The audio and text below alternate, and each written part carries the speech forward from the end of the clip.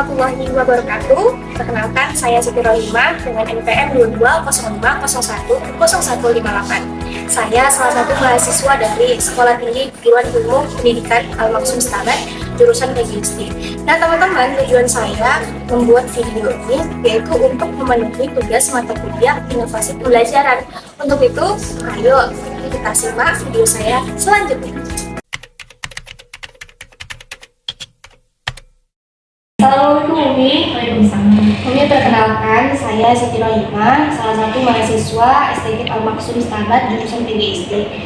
Nah, di sini tujuan saya Umi untuk mewawancarai Umi tentang tantangan Umi di dalam mengajar dan juga hambatan dan juga kesulitan siswa di kelas Umi.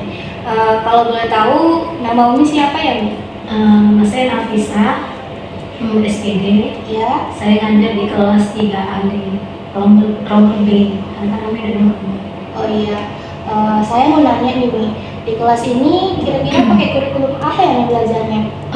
Untuk tahun ini kami lah yang masih pakai kurikulum K13, tapi insya Allah tahun depan udah kurikulum Merdeka, karena yang lain sudah kurikulum Merdeka. Iya. Kalau boleh tahu kan nih, di kelas 3 ini apakah ada sih nih siswa yang masih kesulitan dalam belajar? Contohnya dalam membaca, berhitung, menulis. Apakah masih ada nih? Kalau untuk membaca, insya Allah semua udah lancar. Kalaupun berhitung, alhamdulillah lah untuk tahun ini kelas yang saya pegang ini bagus gitu kita bahkan hampir 90% itu lancar. Kalau 10% itu ada 2 anak, tapi kalau dibilang lancar, tapi masih terbatas, tapi sudah bisa nyambung satu kata dengan 2 kata. Jadi masih ada yang Masih ada 2 Nah, mungkin dengan hal itu pasti ada nih tantangan Umi dalam mengajar. Boleh coba Umi jelaskan tantangan Umi dalam mengajar itu apa aja? Kalau masalah tantangan itu sih sebenarnya sedikit kalau kita bilangkan, karena mereka kan kalau dari pembelajaran sudah lancar membaca, terus berhitung pun sudah bisa, apalagi mereka kan ini kelas 3 harus sudah hafal perkalian kalau kita mau berhitung. Kendalanya ya cuma di 2 anak ini aja.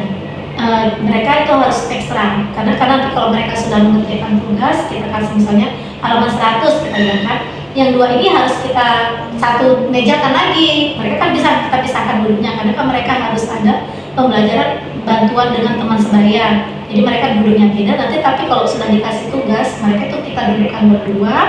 Jadi harus ditambah lagi penjelasannya, itu aja sih sebenarnya. Mungkin ada hambatan lain nih, kayak mungkin dalam Umi menerapkan metode mengajar Umi itu kan.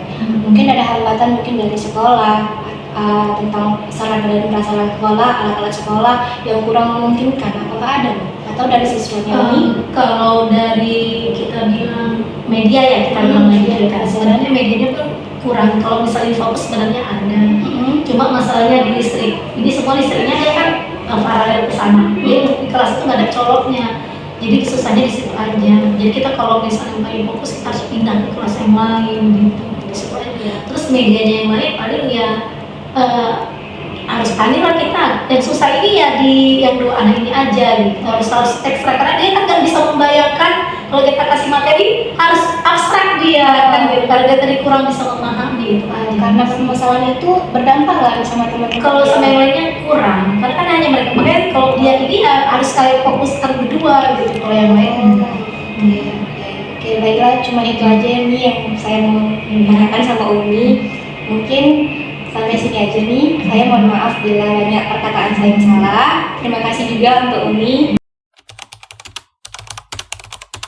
Jadi saya membuat bahan ajar, berbentuk buku cerita, juga bisa berbentuk video bergambar interaktif. Tujuan dan harapan saya membuat media ini agar dapat menarik perhatian siswa agar tidak membosankan, juga dapat meningkatkan minat membaca siswa dengan media yang menarik ini. Dan saya harap dapat mengembangkan daya fokus siswa terhadap suatu objek dan meningkatkan daya berimajinasi yang luas dan berpikir kritis.